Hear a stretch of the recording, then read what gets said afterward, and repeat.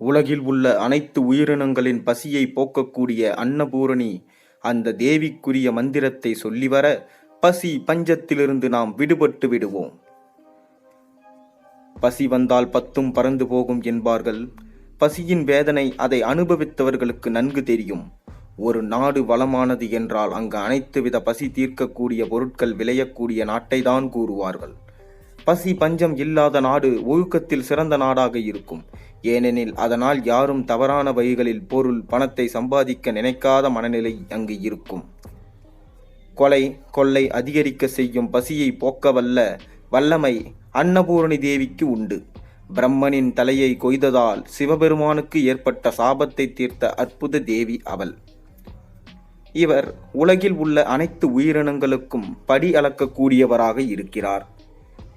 இவரை செவ்வாய் வெள்ளிக்கிழமைகளில் அவருக்குரிய மந்திரத்தை சொல்லி வழிபட்டு வர பசி பட்டினி பஞ்சம் நீங்கி நல்ல வளமும் அருளும் தருவாள்.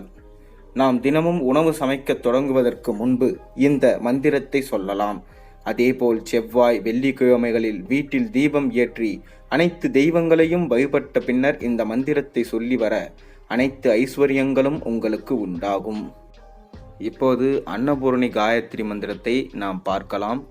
ஓம் பக்வத்தயத் வித்மஹே மகேஸ்வரியத் தீமஹி தன்னோ அன்னபூர்ண பிரச்சோதயாத். அனைவரின் பசியை தீர்க்க வேண்டும் என்ற ஒற்றை கோரிக்கையை அன்னபூரணி தேவியிடம் வைத்து நம்பிக்கையோடு இந்த மந்திரத்தை சொல்லி வர அனைத்தும் நல்லதாக நடக்கும்.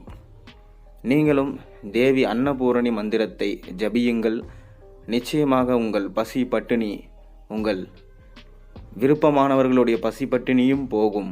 நல்லதே நடக்கும். நல்லது செய்யுங்கள். நன்றி, வணக்கம். நாளை ஒரு நல்ல அருமையான ஆன்மீக பதிவோடு உங்களை சந்திக்கின்றேன்.